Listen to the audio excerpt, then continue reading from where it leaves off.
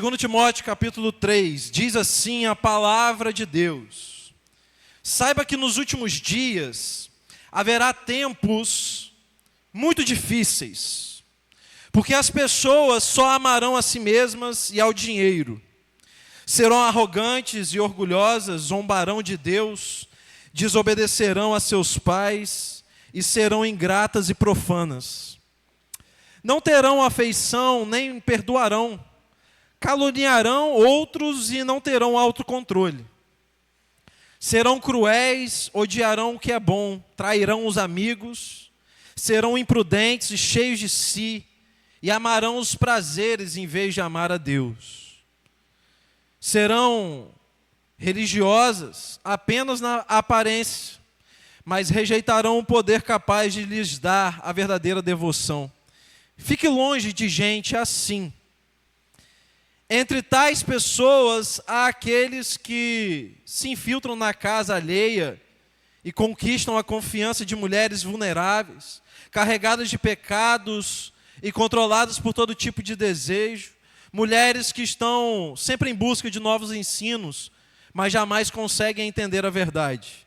Esses mestres se opõem à verdade, como Janes e Jambres se opuseram a Moisés. Tem a mente depravada e sua fé não é autêntica. Contudo, não irão muito longe. Um dia alguém verá como são insensatos, como aconteceu com Janes e Jambres. O versículo 10 vai nos dizer o seguinte: mas você, Timóteo, sabe muito bem o que eu ensino, como eu vivo, qual é o meu propósito de vida. Conhece a minha fé, minha paciência, meu amor, minha perseverança. Sabe quanta perseguição e quanto sofrimento suportei. E o que me aconteceu em Antioquia, Icônio, Listra. O Senhor, porém, me livrou de tudo isso. Sim, e todos os que desejam ter uma vida de devoção em Cristo sofrerão perseguições. Mas os perversos e os impostores irão de mal a pior. Enganarão outros e eles próprios serão enganados. Você, porém, deve permanecer fiel àquilo que lhe foi ensinado. Sabe que é a verdade, pois conhece aqueles de quem aprendeu. Desde a infância lhe foram ensinadas as sagradas escrituras, que lhe deram sabedoria para receber a salvação, que vem pela fé em Cristo Jesus. Toda a Escritura é inspirada por Deus e útil para nos ensinar o que é verdadeiro e para nos fazer perceber o que não está em ordem na nossa vida. Ela nos corrige quando erramos e nos ensina a fazer o que é certo. Deus a usa para preparar e capacitar seu povo para toda boa obra. Capítulo 4, versículo 1. Eu lhe digo solenemente na presença de Deus e de Cristo Jesus, que um dia julgará os vivos e os mortos, quando vier para estabelecer o seu reino. Timóteo, pregue a palavra. Repita comigo. Pregue a palavra. Vamos de novo. Pregue a palavra. Esteja preparado, quer a ocasião seja favorável, quer não. Corrija, repreenda, encoraje, com paciência e bom ensino, pois virá o tempo em que as pessoas já não escutarão o ensino verdadeiro. Seguirão os próprios desejos e buscarão mestres que lhes digam apenas aquilo que agrada seus ouvidos. Rejeitarão a verdade e correrão atrás de mitos. Você, porém, deve manter a sobriedade em todas as situações. Não tenha medo de sofrer. Trabalhe para anunciar as boas novas e realize todo o ministério que lhe foi confiado. Amém, meus irmãos? Essa palavra, ela já é o próprio sermão. Essa palavra já é a própria pregação.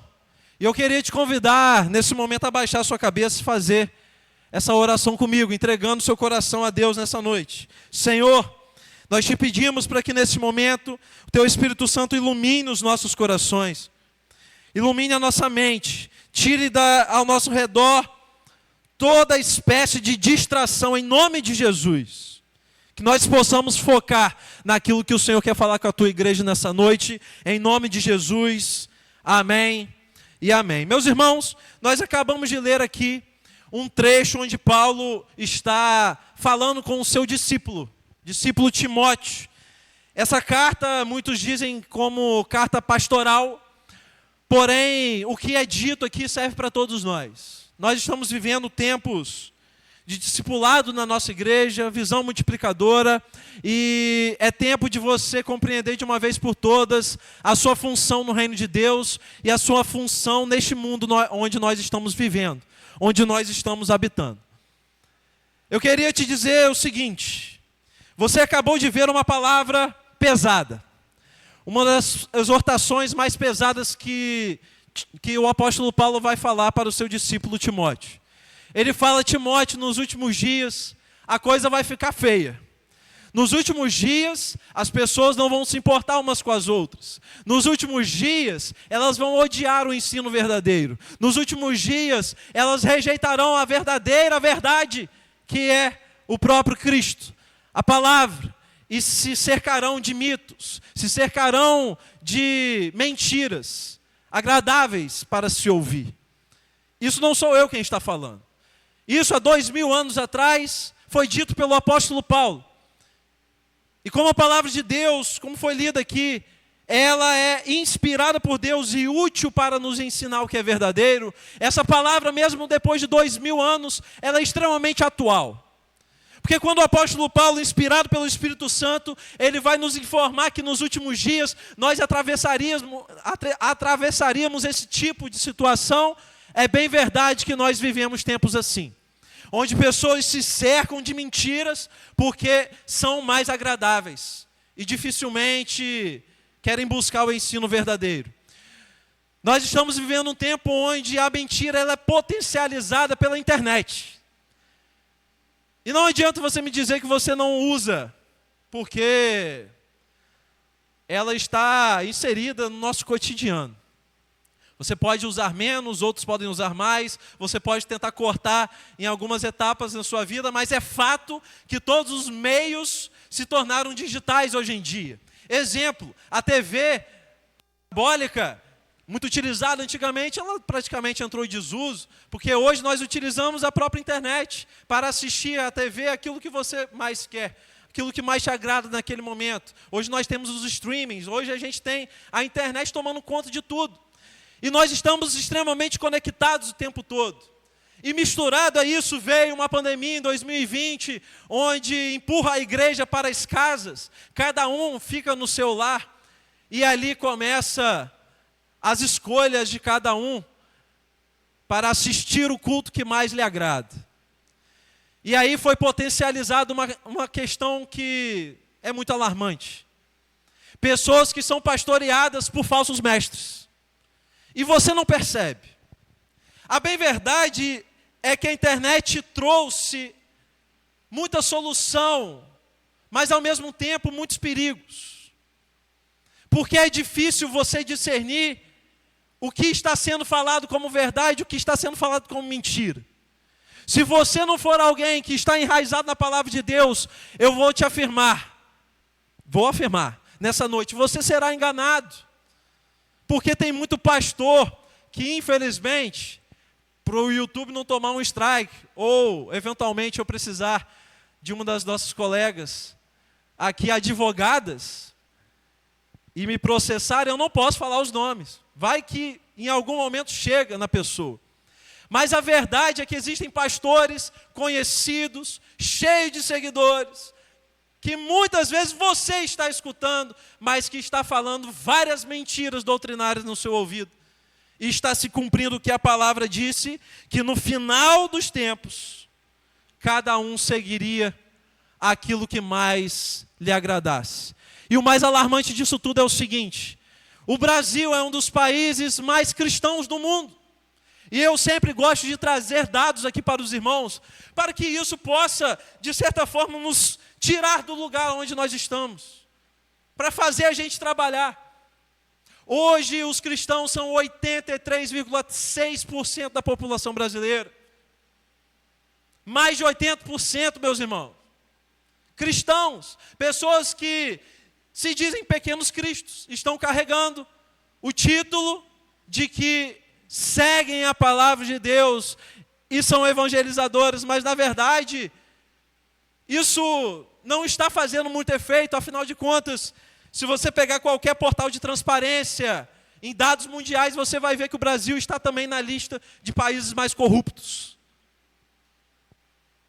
Que diferença os cristãos estão fazendo na nossa nação? É a pergunta que a gente começa a se fazer. Mas quando a gente volta os nossos olhos para a palavra, entendemos que o apóstolo Paulo estava falando exatamente isso. Entendemos que vivemos tempos em que o Espírito Santo já havia nos falado há 2000 anos atrás. O que cabe a nós? Cabe a nós, em tempos de apostasia, em tempos de palavras malditas, em tempos de ensinos falsos, nos blindarmos com a palavra de Deus. Então, o apóstolo Paulo vira para Timóteo e concede a ele alguns antídotos, para que ele possa fugir da apostasia. E esses antídotos fornecidos a Timóteo também são fornecidos a nós. E graças a Deus por isso, glória a Deus por isso, porque nós podemos nos defender através da palavra do nosso Deus, amém? Antídotos. Qual é o primeiro antídoto? Meus irmãos, volta lá comigo, capítulo 4, versículo 5. Vamos ler juntos, vamos lá. Aqui na projeção, vamos lá. Você, porém, deve manter a sobriedade em todas as situações. Não tenha medo de sofrer. Trabalhe para anunciar as boas novas e realize todo o ministério que lhe foi confiado. Se você ler o tempo inteiro, Paulo está falando assim: Timóteo, vai acontecer isso, isso, isso. Mas você, porém, ou seja, você na contramão do mundo vai fazer algo diferente. E o primeiro antídoto que eu quero falar com você nessa noite é exatamente o que o apóstolo Paulo está falando nesse versículo 5. Primeira coisa, seja sóbrio em tudo. E você pode não entender muito bem essa palavra. Como assim? Ser sóbrio em todas as coisas. Eu quero te lembrar o conceito de sobriedade. E a melhor forma, eu acho que, para te explicar o conceito de sobriedade, é falar o antônimo. É falar o conceito que é o contrário desse. Quem não está sóbrio, está embriagado. É isso. É o antônimo. Quem está sóbrio, não está embriagado. Mas por que o apóstolo Paulo está falando para Timóteo?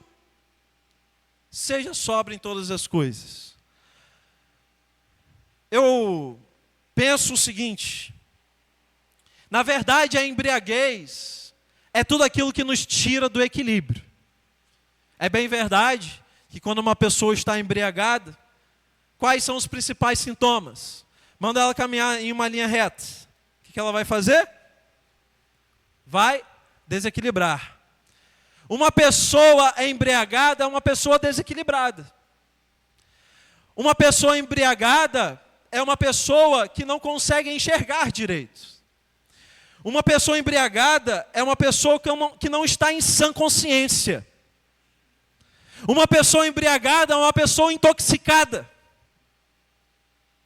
E quando o apóstolo Paulo está falando, Timóteo, seja sóbrio em todas as coisas, significa, Timóteo, você precisa estar equilibrado em tudo que você for fazer. Você não pode estar intoxicado em nada, Timóteo. Porque nesse mundo onde há muita intoxicação, é exigido de você um equilíbrio. Você precisa estar equilibrado. Você ouviu aqui? Olha o que a palavra está dizendo. Pois virá o tempo em que não suportarão a sã doutrina e se rodearão de mestres segundo as próprias cobiças. Vivemos tempos assim. Vivemos. Cada um está com a sua própria verdade. Cada um está buscando aquilo que mais satisfaz os seus ouvidos. Mas qual é o nosso dever como igreja do Senhor? Precisamos ser sóbrios. Não podemos estar embriagados. Não podemos estar intoxicados com as mentiras que o mundo nos diz.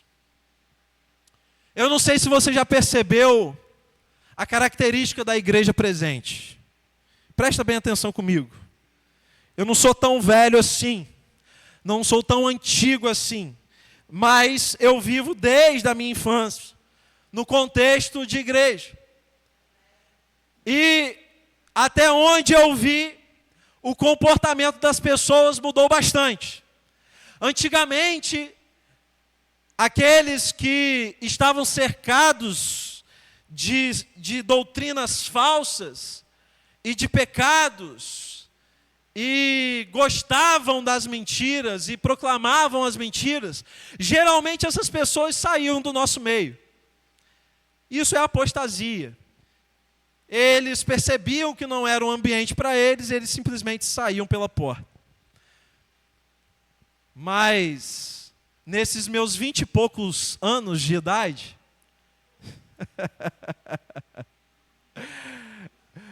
o que a gente está vendo, meus irmãos? Uma mudança de comportamento. Hoje, a geração que confronta a verdade que está aqui, ela faz questão de ficar no nosso meio. Essa é a diferença.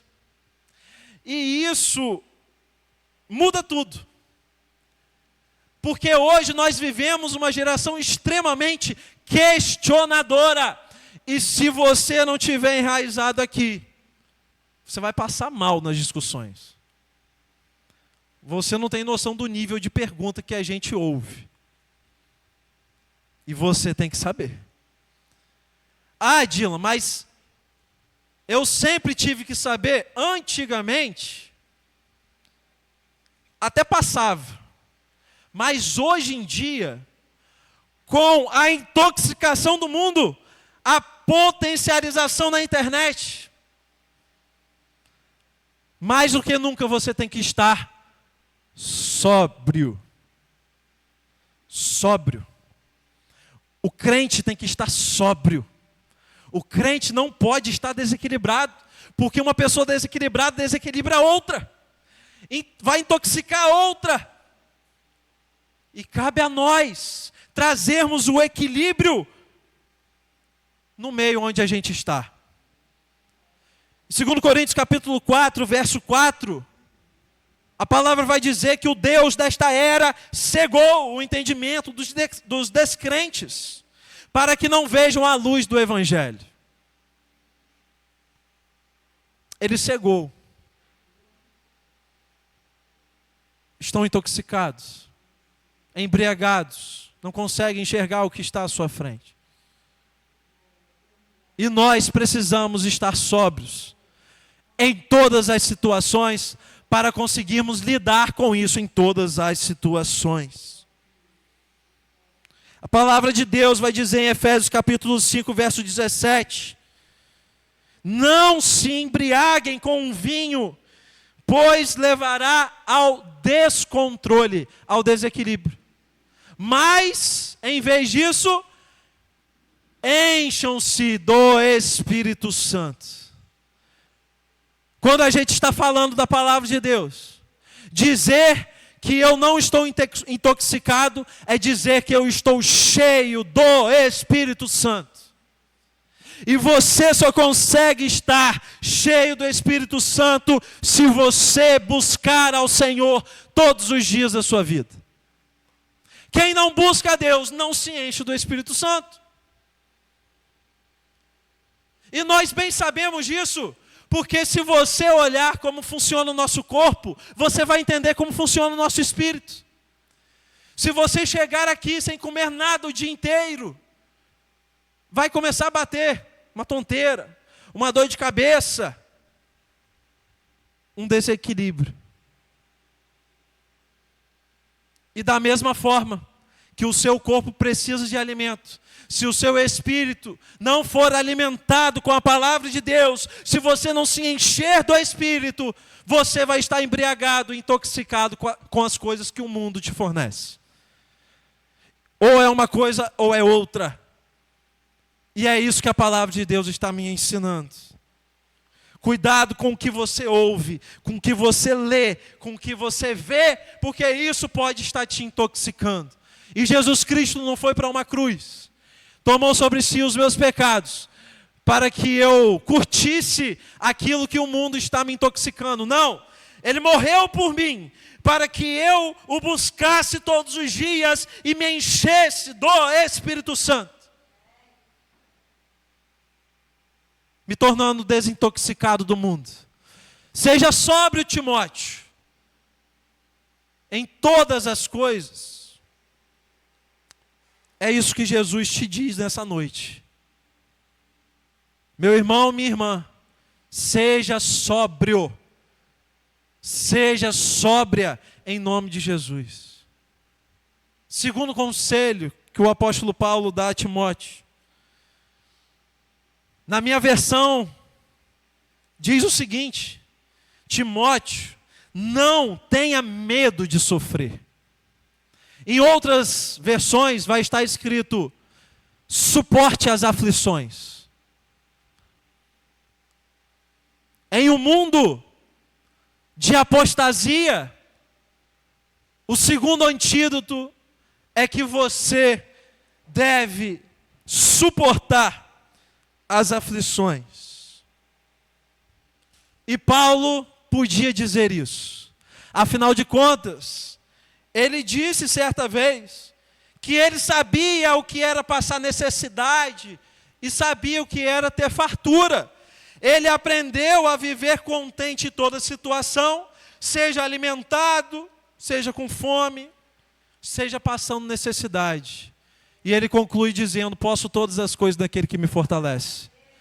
Suporte as aflições, mas na versão correta vai dizer, não tenha medo de sofrer, crente.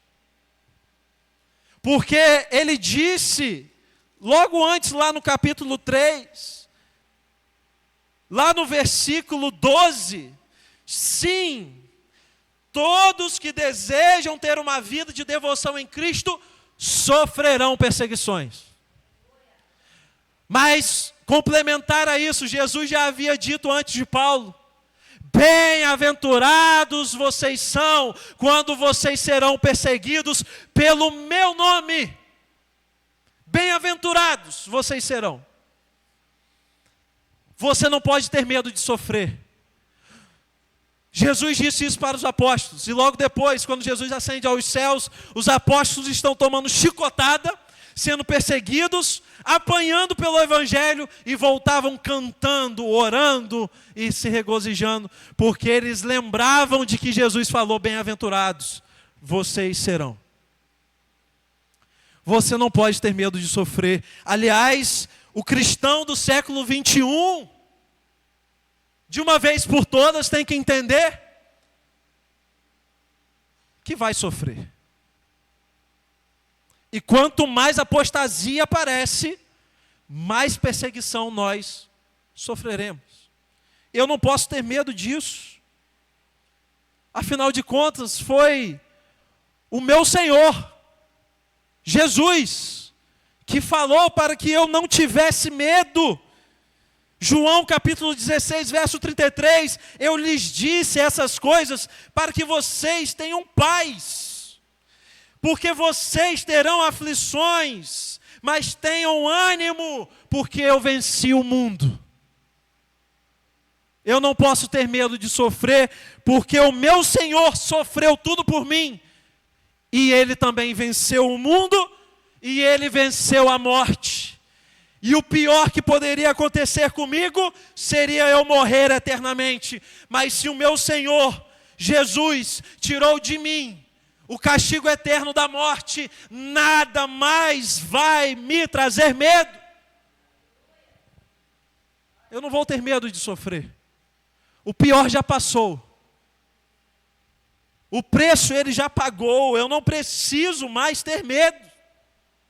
Não preciso.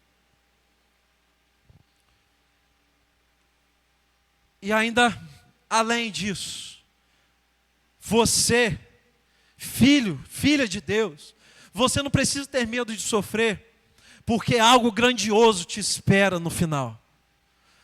O apóstolo Paulo dizia isso o tempo todo. Eu estou caminhando para o alvo que é Cristo. Eu vou suportar as aflições. E dizia o apóstolo Paulo, porque nenhuma aflição presente pode se comparar com a glória que está por vir. Ele tinha consciência disso. Em Apocalipse capítulo 2, verso 10, a palavra vai dizer, Jesus nos dizendo, sê fiel até a morte e dar-te-ei a coroa da vida. Isso me faz lembrar um tempo. Gabi já me ouviu contar essa história 1000 vezes. A gente estava para casar. E eu precisava fazer dinheiro. E naquela correria me foi aberta uma porta de emprego em Macaé. Só que eu precisava juntar muito dinheiro, como eu acabei de dizer. E não seria suficiente caso eu não cortasse muitos gastos. Então eu ficava de segunda a sexta, só que a passagem de avião, olha só, de avião, dentro de Macaé. A passagem de ônibus em Macaé, naquele tempo, eu acho que já aumentou, estava R$4,10. R$4,10. Eu, para quem conhece Macaé, eu estava morando em Cavaleiros, numa república. E a empresa estava localizada dentro do Parque de Tubos. Se você jogasse no Google Maps, dava 13 km de distância. E naquele tempo eu falei, eu preciso dar o meu jeito. E o que eu fiz? Eu coloquei minha bicicleta dentro do carro e fui para lá numa segunda-feira. E na ousadia para que eu casasse com o Gabi, valeu a pena. Porque deu certo, né? Olha, eu levei minha bicicleta e eu andava 13 quilômetros para entrar do trabalho 7h12 da manhã. Era quebrado mesmo. Eu andava 13 quilômetros, fala a verdade, isso que é amor, fala a verdade, fala aí. 13 quilômetros de bicicleta eu ia para o trabalho. Mas na volta, quem conhece Macaé sabe que não dá para ir pelo mesmo caminho. Você tem que voltar ali pelo IF. E aí dava um pouquinho mais. E lá tem subida e descida. Eu saí às 17 horas cheio de graxa no meu macacão. Cheio de bolso de marmita, tudo que eu levava para lá. Andava tudo de novo para voltar para a República. E sabe o que era pior? É que eu estava morando no alto do morro. Então eu chegava no final do dia, ainda tinha um morro para subir. E sabe o que é mais interessante? Sabe qual era o nome do morro? Alto da Glória. Nada melhor para aplicar no sermão do que uma situação dessas, não é verdade? Como era difícil chegar no final do dia, ao todo 26 quilômetros, pedalados, e um dia inteiro trabalhado. Você tem que subir um morro, a pé eu tinha que descer da bicicleta, porque era íngreme, e eu caminhava até chegar num prédio que estava localizado no Alto da Glória. E eu não sei se Jesus olhava e ficava rindo de mim, falando assim, um dia você vai pregar isso aí, né? Mas nada melhor do que isso para eu te mostrar o que é a vida do crente. Você vai andar muitos quilômetros. Você vai sofrer, você vai chegar em final de dias querendo desistir, não querendo subir. Mas o que te aguarda no final é o quê? É a glória. E você pode usar isso para te motivar. O apóstolo Paulo fazia isso com ele mesmo. Eu estou caminhando para o alvo, para o galardão que me está prometido. Ele usava isso como impulso para ele. Faça isso. No dia que a aflição bater lá na sua porta, lembre-se que nada é comparado com aquilo que está por vir. Está nas mãos do seu Senhor. Ele que vai te premiar, ser fiel até a morte, dar-te-ei a coroa da vida. O terceiro antídoto que o apóstolo Paulo vai dizer para Timóteo é o que está projetado aí, mas também está no versículo 5. Timóteo, você precisa fazer o trabalho de um evangelista. Eu me lembro de uma frase do pastor Charles Spurgeon, quando ele diz que todo cristão, ou ele é um missionário, ou ele é um impostor. Um evangelista não é aquele que está necessariamente atendendo um outro país, uma outra região. Não. Um evangelista é você. O evangelista é todo aquele que foi chamado por Jesus para fazer a obra. O evangelista é todo aquele que foi salvo por Cristo e recebeu a ordem do Mestre. Vão por todo o mundo e preguem o evangelho a toda criatura. Se você se diz seguidor de Cristo e você não faz discípulos, tem alguma coisa errada. E você está sendo despertado pelo Espírito Santo para que você entenda de uma vez por todas que ser igreja é muito mais do que assistir um culto. Ser igreja é suportarmos uns aos outros, espalharmos o Evangelho de Cristo e discipularmos as pessoas.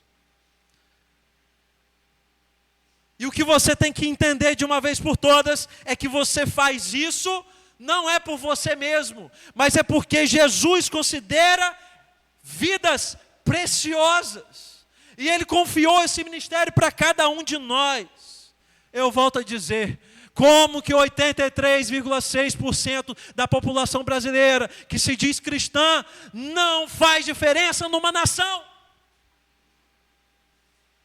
A gente tem que responder.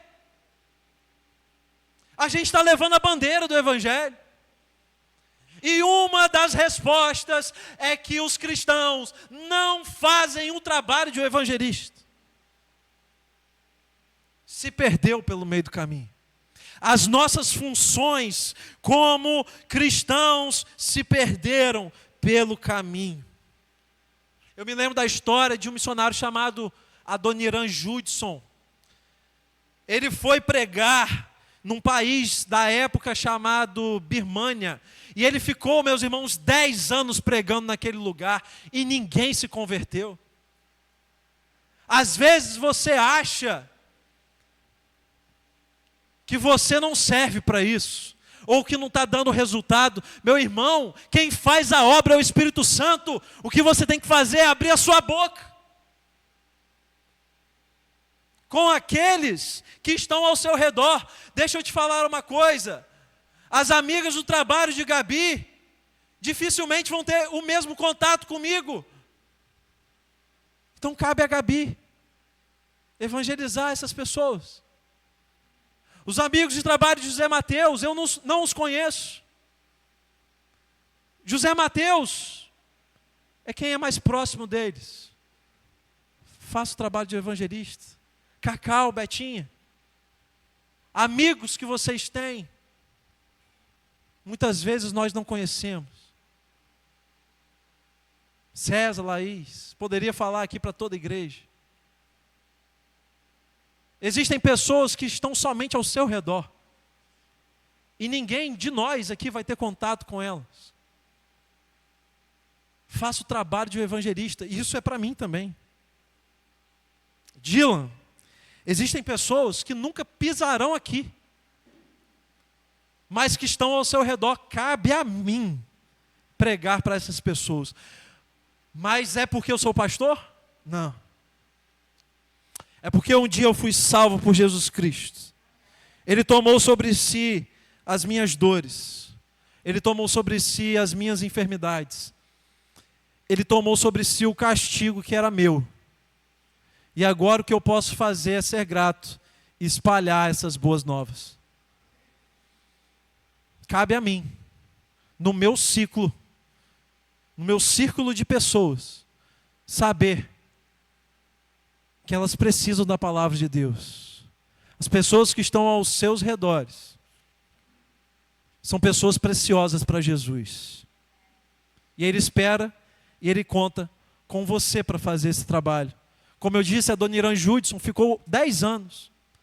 Mas pouco tempo depois apareceram um grupo de 30 pessoas falando que encontraram numa gaveta um panfleto que foi escrito por Adoniran Judson. E falaram: nós lemos sobre Jesus e nós queremos conhecer mais dele. E Adoniran Judson saiu da Birmânia com 63 igrejas plantadas. Uma pessoa fez muita diferença. Hoje esse país está sendo perseguido. Esse país hoje se chama Mianmar.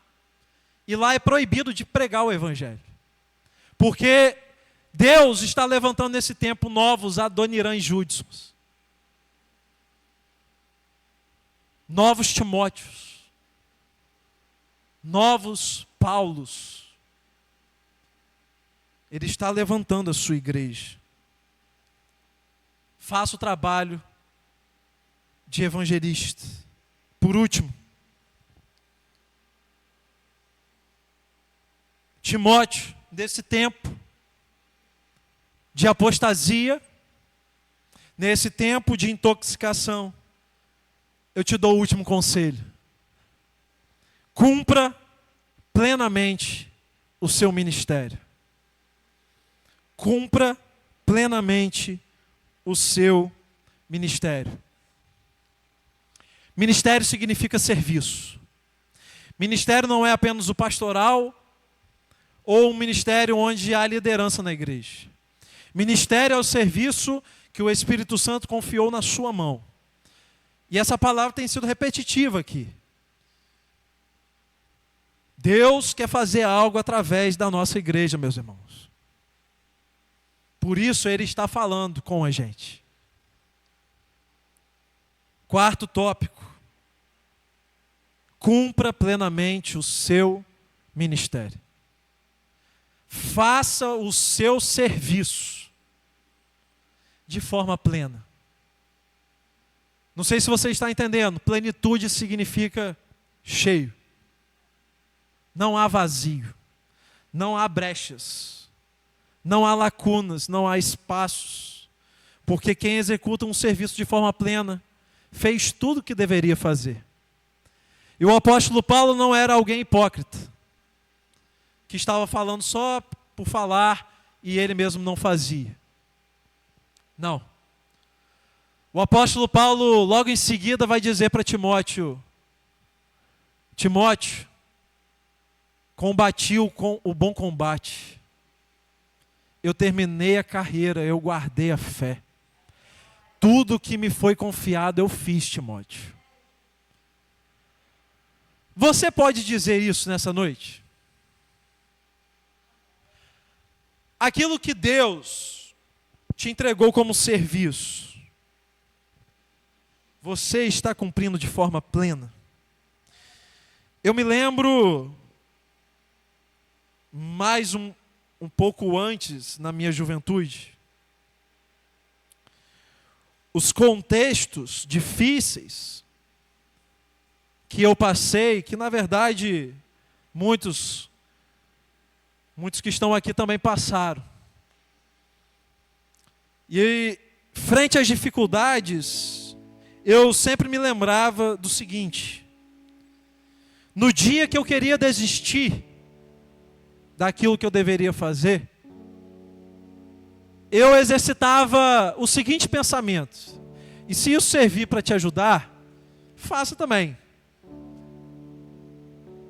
Eu pensava o seguinte: hoje eu tenho forças, eu tenho gás, eu consigo fazer aquilo que me foi confiado a fazer. Se eu desistir, talvez lá na frente eu me arrependa. E eu fazia o seguinte exercício: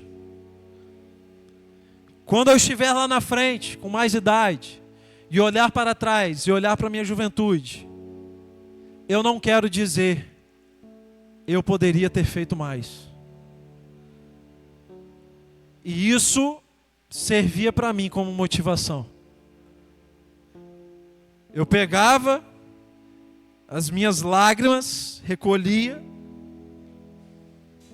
e simplesmente seguia o caminho. Porque eu sabia que Deus tinha colocado algo em minhas mãos para fazer.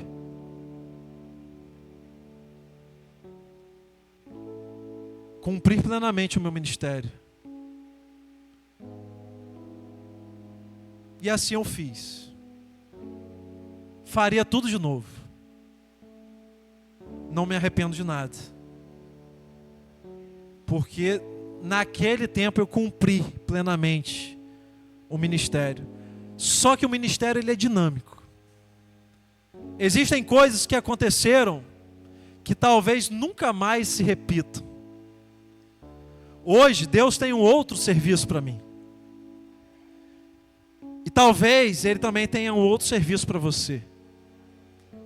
Você pode ter chegado aqui com uma bagagem excelente, mas Ele sopra no seu ouvido de que talvez isso foi deixado para trás. E que você precisa seguir no novo serviço que Ele tem para você. Cumprir plenamente o ministério que o Senhor colocou em suas mãos. Eu quero te convidar a ficar de pé nessa noite. E receber essa palavra no seu coração.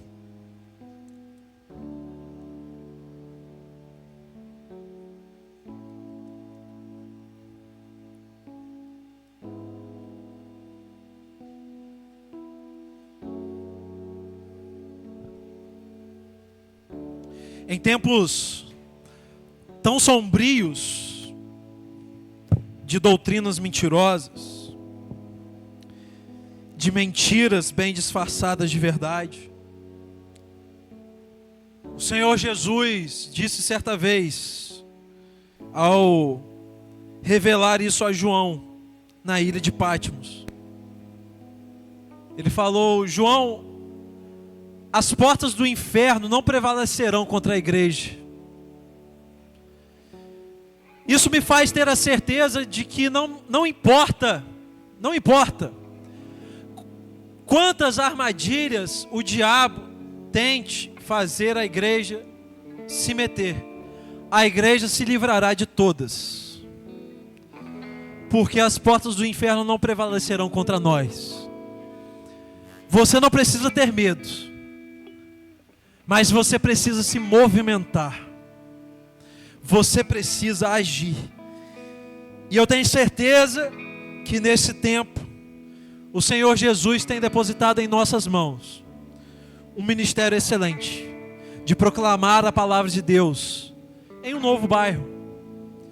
Um bairro que está começando. Não existem muitos vizinhos aqui ao nosso redor, mas quem sabe daqui a 10 anos isso aqui esteja cercado de lares e nós possamos ter alcançado essas pessoas que aqui estão à nossa volta. E não somente elas, as pessoas que estão ao seu redor. Essa palavra tem que te encorajar, porque existirão dias em que as pessoas vão dar as costas para você e vão rejeitar a palavra.